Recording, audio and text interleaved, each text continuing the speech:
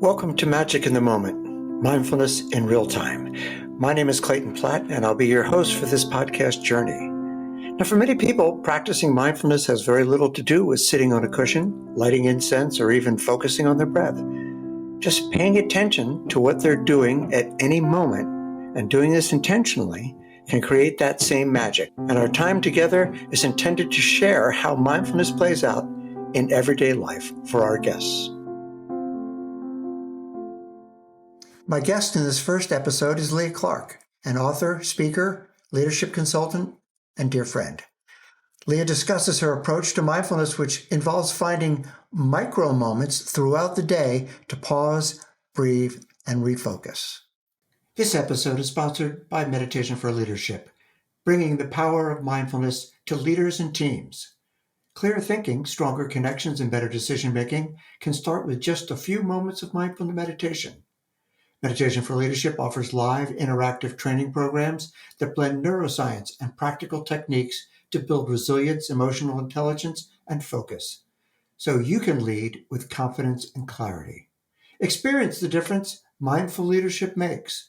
Visit meditationforleadership.org to learn more. We often find ourselves in situations where we're preparing for something that's really important to us. It could be a big meeting, conversation with someone that we need to make a point with, or in some cases, presenting a webinar to potentially hundreds of people.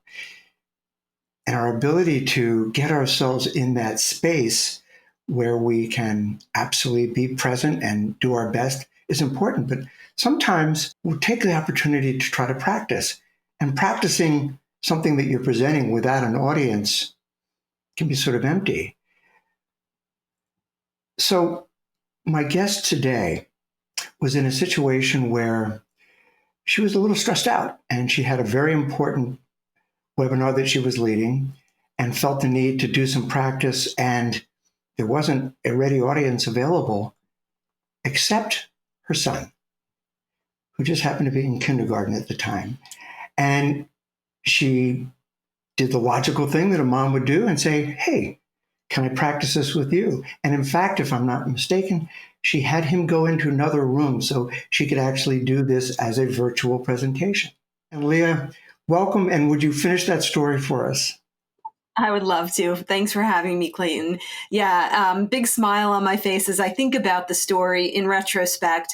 Not such a big smile in the moment. So a little bit of extra context. Everything you said was absolutely true.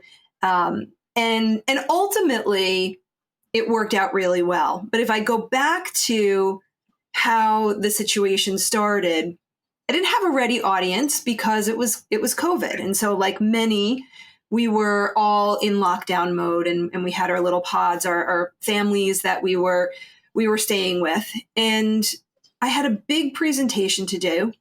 And usually I would practice with my colleagues, with the people around me, and work through some of the kinks of the webinar, the presentation. And all of a sudden I realized, well, where are the people? I need the people who are going to give me feedback and I'm going to practice with. And I a little bit went into that freak out mode of, this isn't going to work. How am I going to get through the kinks? How am I going to really ready myself for this?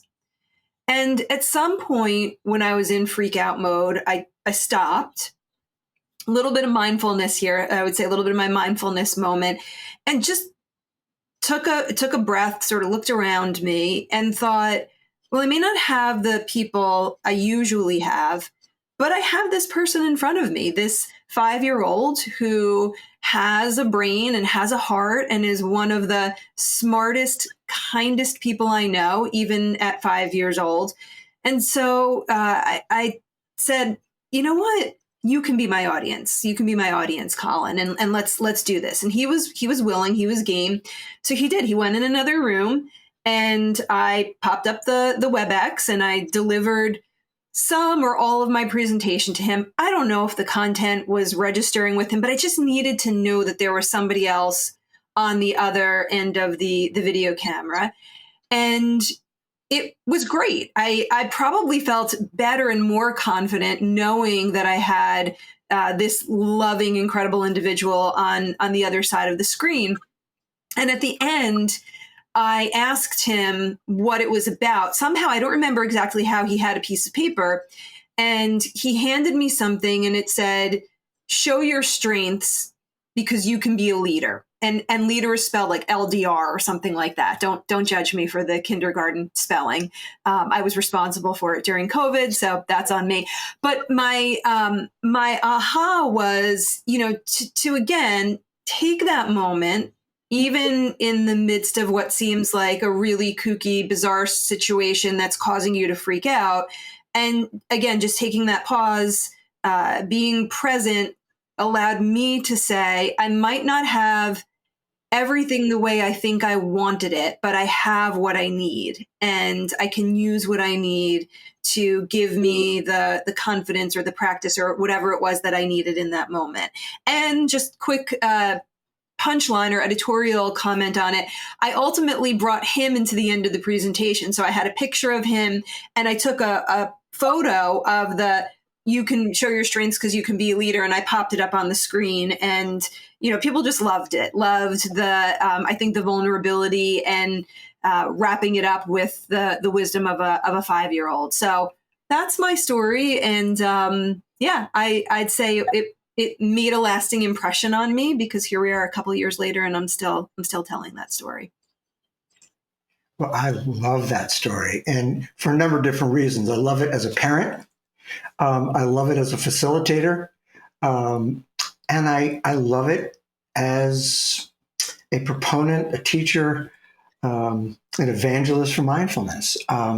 Because this podcast, Magic in the Moment, Mindfulness in Real Time, is really intended to bring out examples just like that. Mm-hmm. Leah, you and I have talked about the fact that you value mindfulness. It's something, in fact, professionally, you've supported the work that I've been doing, and I really appreciate that.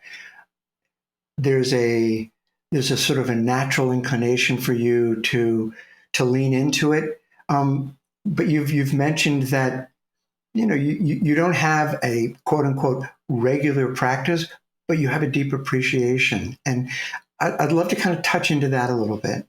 Yeah, absolutely. It doesn't come naturally to me. It's not easy for me to be in the moment, to carve out the time to meditate and to have a regular practice. I'm super busy. I know a lot of us are. If I'm not running in one direction with my teenager, I'm running in the other direction with my now 10-year-old. Work is busy, life is busy. And so I think I fall into what is probably a very common trap or story that we tell ourselves, that I don't have the time for this, and this is not a good use of my time, and I'm just too busy and too important to meditate or to have a mindfulness practice. And I don't believe that at all. And yet I recognize how hard it is to carve out specific time. So my approach, because I do believe that there is value, that it's good for me, that it's good for my relationships, for the work that I do, my approach is a lot more of how can I find those moments when I know I'm maybe triggered with anxiety or, this busyness that's going on, this distraction or distractions in my life, and just catch myself. Take a pause, take a beat, take a deep breath. Sometimes I will do it a little bit more formally, right? What I mean by that is move away from my desk, close my eyes, deep breath, or I might do a yoga pose that gives me, some sense of strength if I'm moving into an activity that is going to require that. So it's those micro moments where I catch myself over the course of a busy day and I just stop and try and refocus my breathing and my thoughts on what's next for me. And that works. That works as much for me as carving out a 10-minute Peloton meditation early on in the day or at the end of the day. It's more powerful for me given where I am, I would say in my journey of practicing meditation and mindfulness, what works for me right now is just identifying those micro moments and using them to recenter, catch myself, take a deep breath, and then set an intention for whatever the next thing is that's coming up in the half hour, hour and a half that's immediately in front of me. Yeah. So, and sorry, let me let you jump in because I feel like you wanted to ask me something. No, I was just honestly, I was just going to reinforce that's magic in the moment. And the fact that there is a metacognition for you, there's an awareness of, oh, this is what I need at this point. My mind's all over the place. Well, noticing that your mind is all over the place is 80% of the battle. And that's one of the things I want to reinforce here is that it's getting on the journey, and it's noticing what we notice on the path, and it's not what's the nature of the path, right? For some people, right? For some people, this is a very spiritual thing, and that's a beautiful thing. For others, it is a tool to do their jobs better and to be a better partner and parent, etc. And so I just wanted to reinforce that, Leah. And I also want to give you the opportunity, because when we were talking before, I was really impressed and moved by some of the reasons why you want to take that moment professionally. So I want you to dig into that if you could. So you and I, not surprisingly, are aligned. I'm glad you asked me that, because that's what I was starting to think about as I was, chatting just a minute ago about finding those moments and catching myself.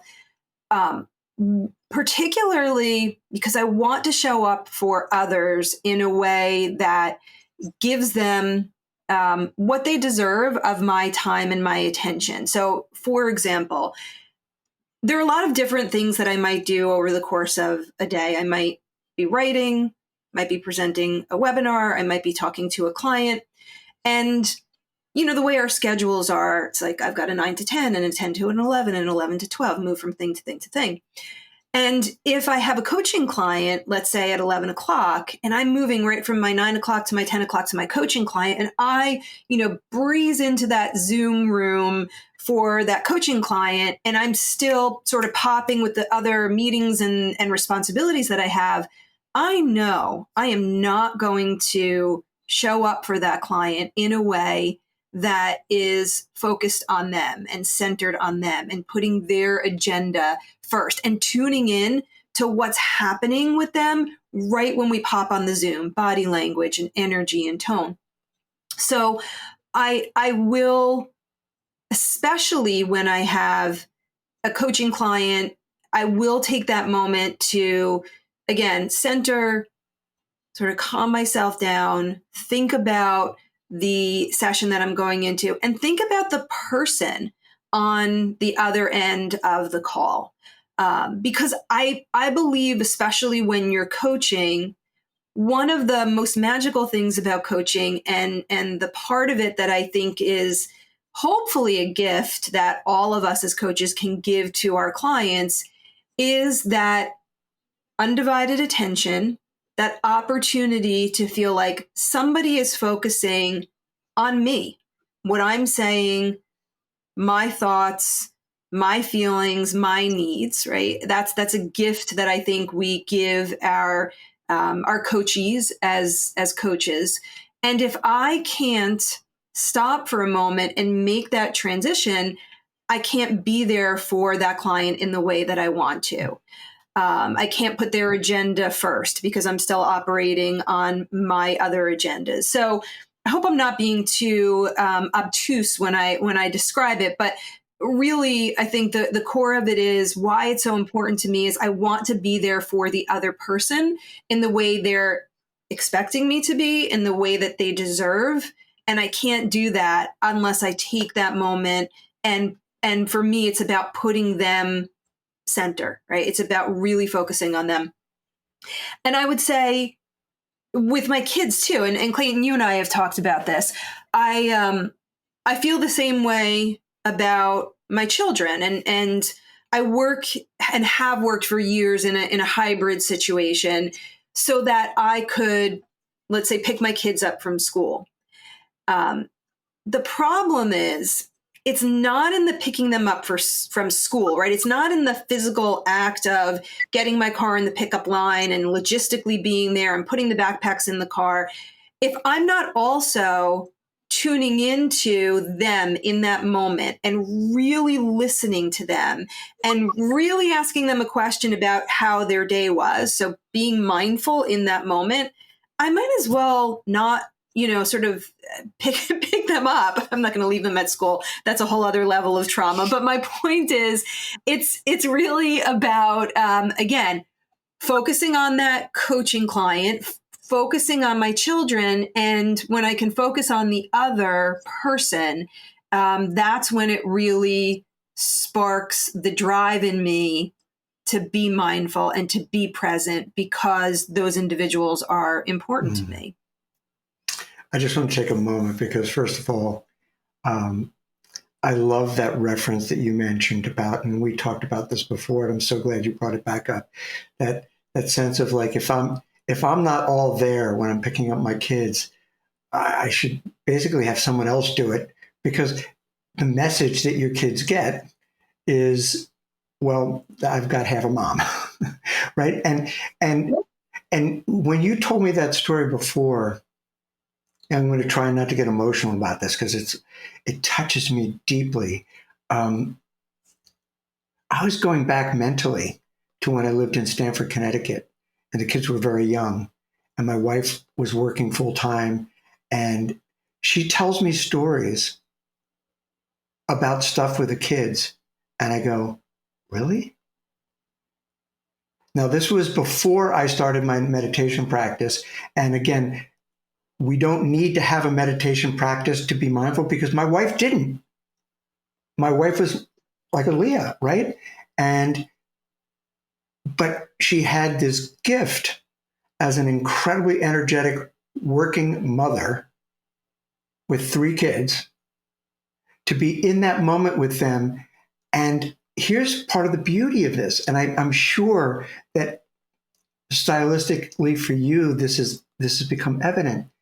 When you take the time, whether it's with a client or whether it's with your family, to actually be fully present and then process what's going on, right? And sometimes we talk about this as like, process it, be there, savor it, and then tell someone about it. From a neuroscience standpoint, you're building very deep neural pathways. And I think that's, for me, looking at you professionally,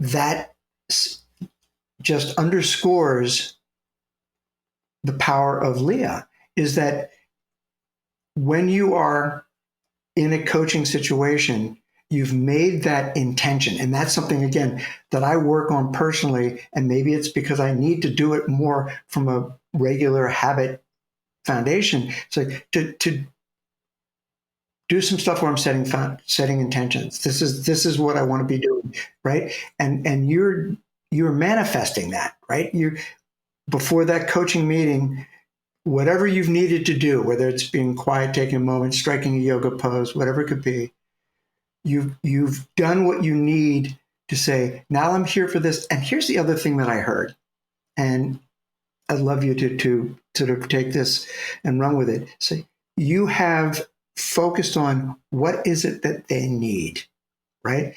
And it's what do they need and what's my role in filling that need? Mm-hmm.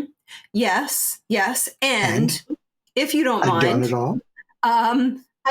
I want to say to those who are going to be listening to this and hearing the exchange that I'm not here to say, I don't want to sound soapboxy or sanctimonious or any of that, because I don't get it right a lot of the time, right? So, there are days where I'm screeching into the pickup lot, like barely making the bell.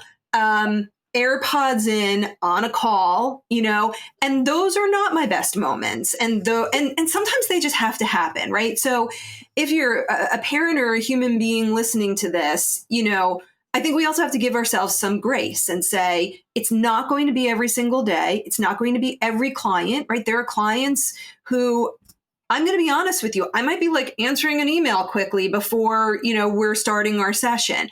So I don't show up this way perfectly with every client and with every interaction with my children. However, if we can keep in mind that it's a practice, right? There's a reason why it's called a practice.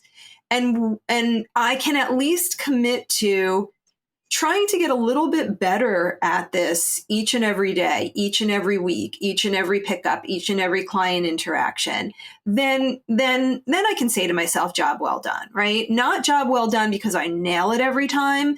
I'm like I said, I'm lucky sometimes if I remember the backpack and the lunchbox and the permission slip and who I'm talking to at 11 o'clock, on my calendar. But if I can commit to the practice and commit to trying to get a little bit better each and every day, I think that's what people can hope for and expect of me, and I can expect of myself. Yeah, and again, just to go back to our conversation before, so yeah, I've been meditating for 20 plus years, and what my wife Pam would say is, "Yep, a little less of a jerk." and the beauty is, yes, I am a little less of a jerk, and I'm aware of those times when I've been a jerk, right? So just to again kind of look at what you described, which is human, and I love that, because this pursuit of mindfulness and being more aware is not pursuit of perfection. That doesn't exist, right? As you said, and it's really about noticing when we've screwed up a little bit and saying, okay, and as you said, being kind to yourself, saying, okay, so welcome to the human race, Clayton. It's like the toothpaste is out of the tube, but maybe at that moment, the toothpaste is out of the tube. I can't put the toothpaste back in, but I can laugh. I have to share this story with you. As a facilitator, and the actual circumstance makes this even more ironic. I serve as a what's called a Stephen leader at my church, and so I was trained to first of all be someone who spends an hour a week with someone in need, and just to be there, just not to cure them, but just to be a presence and let them know that the universe cares about them. Great, good for me. And then, being who I am, I was like very interested. I got trained to be a leader in our congregation about this. So now I'm in a situation where I'm training other people around this process. And there was a moment when I was training, and there was a particular topic being discussed, and one of the trainees said, "No, I don't think so. That's not how I would do it." And my reaction was, as a pure professional trainer, well, no, that actually is the way it's supposed to be done. And if you don't do it, you're wrong. I said that, and then I took 2 beats, and I looked at the class, and I went, well, that was a little embarrassing. I said, that was not a great teaching moment. Everybody laughed. Yeah. And after the class, a couple people came up and said, but we got the point. We got the point.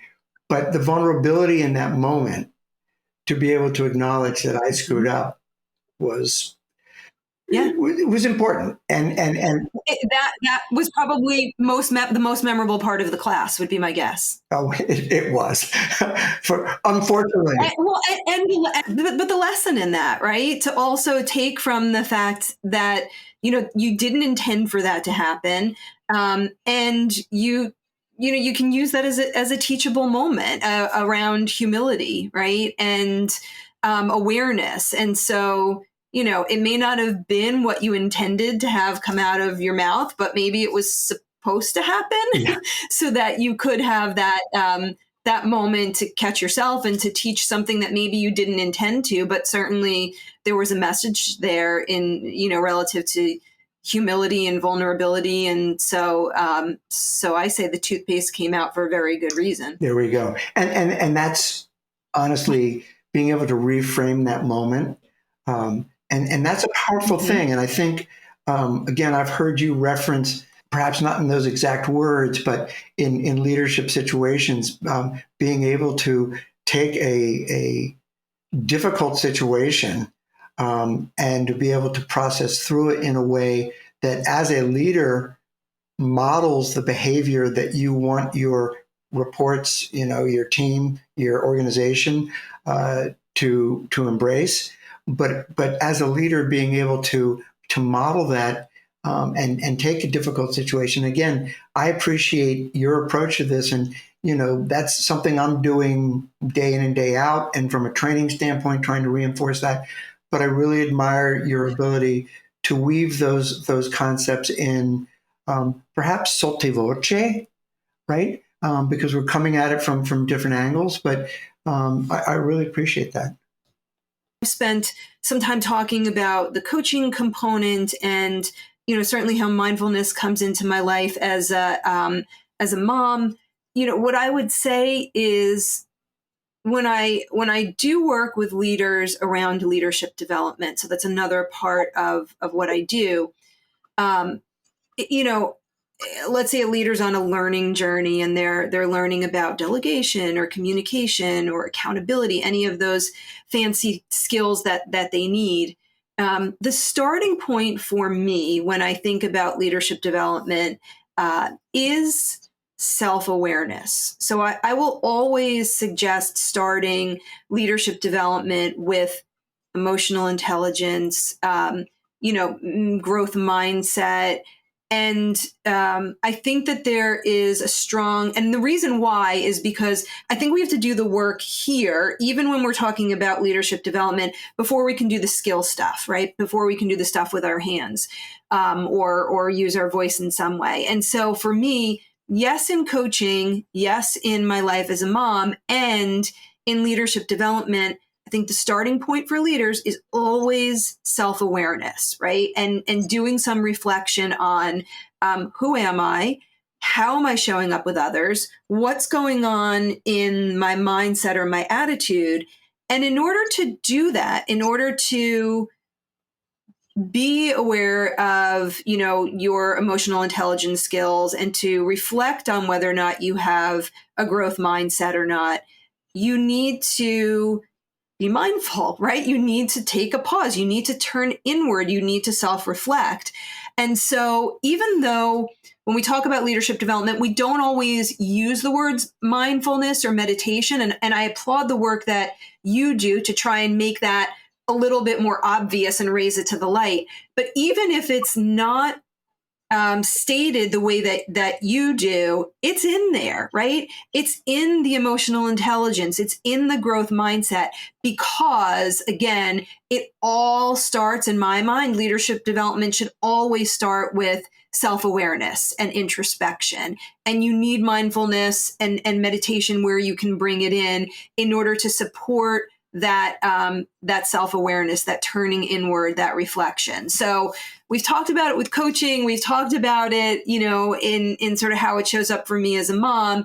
And, as a leadership development professional, I think it is the starting point for any really meaningful leadership development journey. Yeah, I think that aspect of self-awareness is also sometimes it is the perfect place to start. It's really the only place to start to make this really an effective process. But it does require some vulnerability. It requires that introspection. I often refer to it as like, taking a trip up into the attic, and it's like, you're not really sure you want to see what's in the attic, right? But we need to know, right? And once we're there, knowledge is power. And I think that's one of the things that a lot of people, and again, I think seasoned leaders misunderstand, is that being willing to pull the curtain away, look at the guy behind, the man behind the curtain, person behind the curtain. Being willing to do that is sometimes scary and takes a fairly large level of vulnerability to do it. But the answers are there. The answers and the questions, right? The journey starts there, and to be able to see where the gaps are. And again, one would assume that if someone is on this learning journey, that they've bought into what the process is. When I look, though, at some of the issues that are confronting all generations right now, including, Gen Zs and millennials, and we say like, oh, well, they're not struggling. I think a lot of people right now are struggling with issues related to stress and burnout and mental health. And what I really appreciate is that now more than ever, there is a willingness to talk about those issues openly, right? And so I do think that younger generations are struggling, maybe struggling in a different way, struggling with anxiety and mental health issues. And they're also willing to name that and to address it in a way that I think previous generations didn't.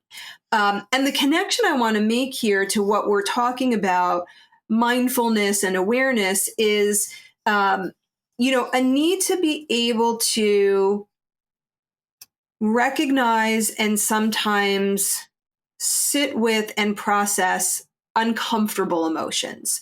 I think that's something that all generations and younger generations need to continue to work on if we are going to get better in terms of our mental health and our anxiety. And I know this might not have been where you expected us to go, but it's sort of prompting some thoughts that I think are in an important way connected to this topic. One of the metaphors that I've seen recently related to this that I think is incredibly useful is this idea that our emotions, particularly our negative or difficult emotions, are like like a beach ball floating on the top of the water. And if we try to not become mindful, ignore them, push them away, right? It's like pushing that beach ball under the surface. First of all, it takes all of our energy to keep it there, to keep it away, and to keep it underneath, which means we can't be focused on the other things in our lives. So we're pushing these emotions down and trying to keep them away. And inevitably, at some point, you're probably going to let go, not dealing with them appropriately, and it's going to pop to the surface and burst out in some negative way, right? An outburst of some sort. So when I think about what mindfulness and meditation can do for us relative to those emotions, is to allow us to be aware of them, right? I notice these emotions, particularly these negative ones. I notice the beach ball there, but I'm just going to let it float around me, right? I'm not going to do anything to push it away or push it under, because I know that that's not really going to benefit me. But if I just notice it, I'm aware, I'm mindful, right? Back to the topic that we're talking about, then it can just sort of float around me until maybe inevitably it floats away. And I am still present in what I'm doing. I'm still able to, function and deal with whatever's happening in my life without distraction. And so, I just think that this conversation is particularly relevant regardless of generation, because we're all in some way, shape, or form dealing with different forms of stress and anxiety, and, like I said, mental health. And so the connection I make, Clayton, is, mindfulness, so that we can function better in the world in which we live and deal with the struggles regardless of what generation we might be a part of. So I first of all love the image of the beach ball, and I want to circle back to that. But also, I totally endorse your thinking around each generation has had, the prior generation poo-pooing them for the struggles that they don't have. And in fact, Yeah. the generation, sort of my kids, lived through 9/11. They lived through the Great Recession, which was the most serious financial collapse since the Great Depression. They lived through COVID. So what I did take away from it was the sense of very little good comes without struggle. And it's, if you want to go into a Buddhist principle, it's the two sides of the coin. It's the yin and the yang. It's like joy and pain. It's like you don't get one without the other. And so, but you have, I think, described this in really, to me, accurate and very thoughtful ways. It's like they're dealing with things different, and they're naming it, right? It can be really hard to grow, right? It's hard to, if the wind is, sort of always at your back and things always go your way, inevitably at some point it's not going to go your way. And do you have the capabilities, the faculties that you need to deal with that struggle or those challenges? So I appreciate the comment, because I think that that's very real. And honestly, that's kind of life, right? I can't imagine there's anybody who's walking around in this world who hasn't at some point confronted some sort of challenge or struggle. And it is in how we, I don't want to say persevere, because when I say persevere, it makes it seem like, oh, well, tough, stiff upper lip, just push through whatever it is. Kind of back to the comment I was making a moment ago. I think we're much more evolved than that now in our thinking. And so I will connect back to what I was saying about awareness of difficult emotions and challenges. I think the way we deal with them now is very, very different, which is to notice what's going on, to name it, to acknowledge it, and then to work through it, whatever, I hate using air quotes and I just did it, but to work through it, whatever through it looks like for you. And that might be imperfect, and that might be that you get knocked down by it a couple of times before you move forward. But, the point is that you keep going. You look for ways of coping. And this is the part that I want to say, you also ask for help, and I think that's a big difference in how our thinking has evolved, right? That stiff upper lip, I'm going to have adversity and I just have to be strong and push through it. Now we're saying, yes, there's adversity. You're going to have to confront it. And it's okay to say, I'm struggling. I need help. I need support from others. So again, probably taking this in a direction you didn't intend. But, for me, I do think that you learn from challenges. I think you do grow. And I think more than ever, it's okay to say, as I persevere through whatever this struggle is, I'm going to call upon, the people around me and name it when I need help and I need support. Sorry, I didn't mean for this to become a mental health infomercial, but I do feel strongly that this is something that's different and good about the way, we today are more often processing some of the challenges in our lives. So yes, I do think self-care for yourself is not selfish, because if you're not taking care of yourself, you're not going to be able to take care of others or be there for others. So I think it's an and also proposition, self-care, however you define that, and also care for others. And what's really interesting about this self-care or care of others concept as it relates to leadership. So I want to connect it back to where I live and breathe every day, which is in the leadership space. What I appreciate about how that concept has evolved, especially in the past year and a half, is for a while, I would say during the COVID-ish years, self-care was, make sure you're taking rest and putting up guardrails around work and life. And maybe self-care was like, hey, let's throw everybody in the office a pizza party, right? It was these other things that we were doing. And not that those things aren't good.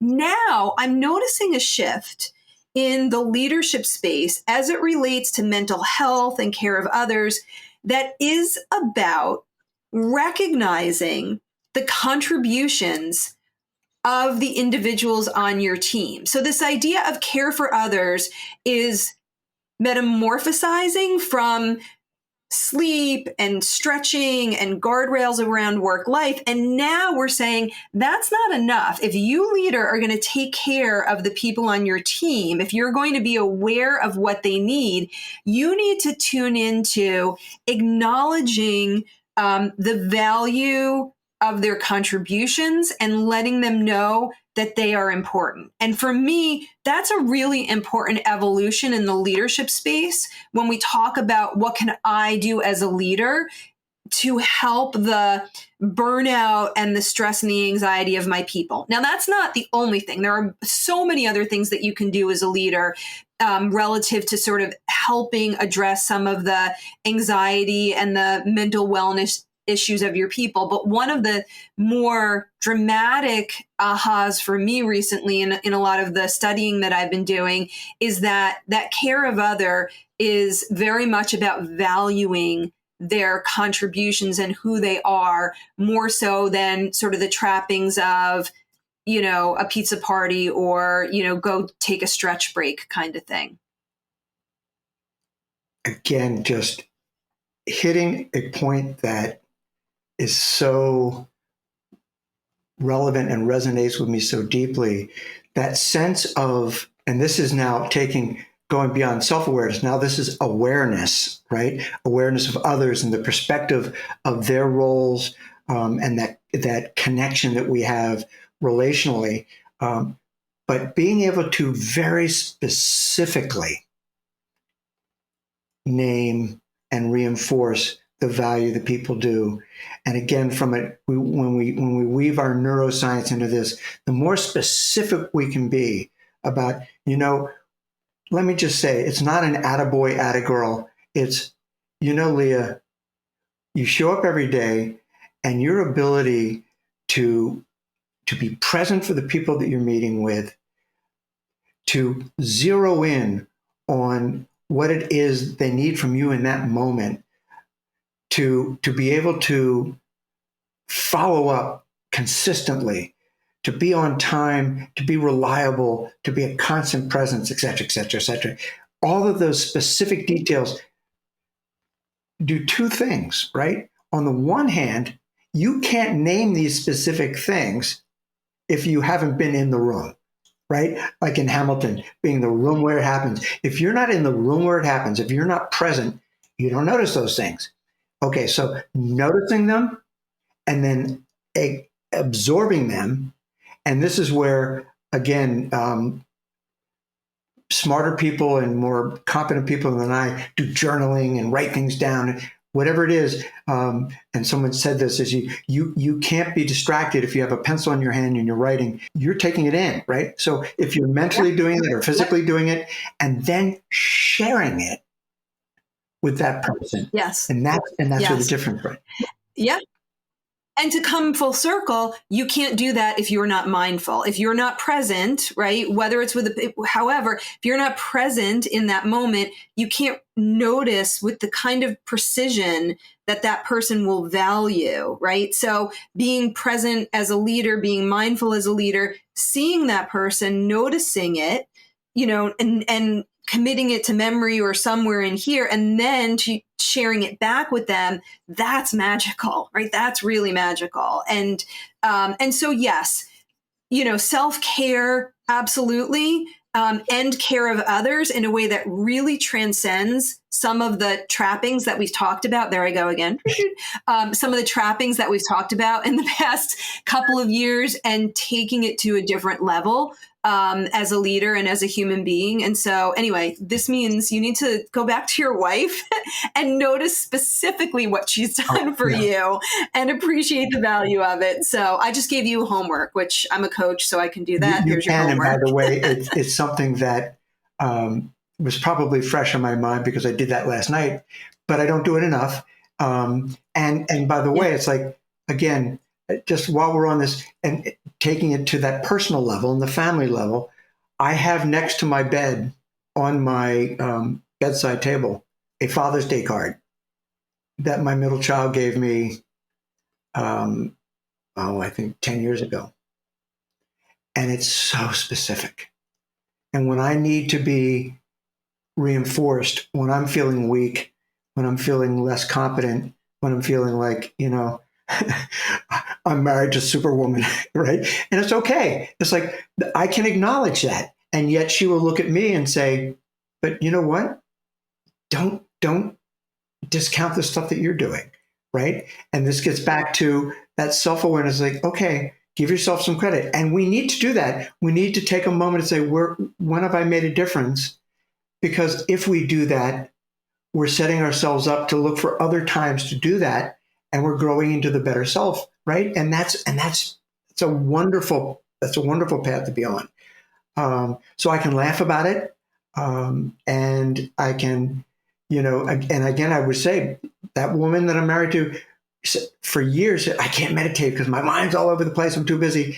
And then all of a sudden, I think it was during acupuncture, she realized, oh, wait a minute. If I'm noticing my mind being all over the place, that's a magical thing. So now, before she goes into a squash match or something, and just saying these little moments, I can do it. I don't have to do it every day like Clayton, right? Because he needs it more. but we can find whatever it is, and again, the Leah Clark method.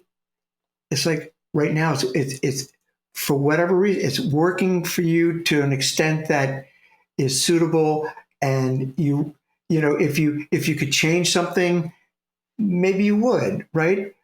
But you have that awareness of like, I understand this concept and I value it when I see it in others, when I see it in myself. And in that way, it's like, that's a huge part of our path. Big part of it. And it doesn't, it can be a formal practice. And I'd like to say, I would like to expand my formal practice, as I know a lot of us would probably like to, and bringing in those micro moments throughout the day as a professional, as a partner, as a parent. You can start to do that. Like I said, you're on the path, right? It's a pebble maybe on the path, maybe not. It's not a rock, but that you're jumping from, spot to spot, but it's at least a little piece of something. And like I said, if I can at least try each day to bring in more of those pebbles, more of those micro moments, then to me, that's a good day. Well, I just want to thank you so much for the time that we've spent today, Leah. I've enjoyed the heck out of it. And I also want to say it flew by. It absolutely flew. It flew by. I also want to say this. The people with whom you interact, both personally and professionally, are blessed because you have a great outlook. You're living into this.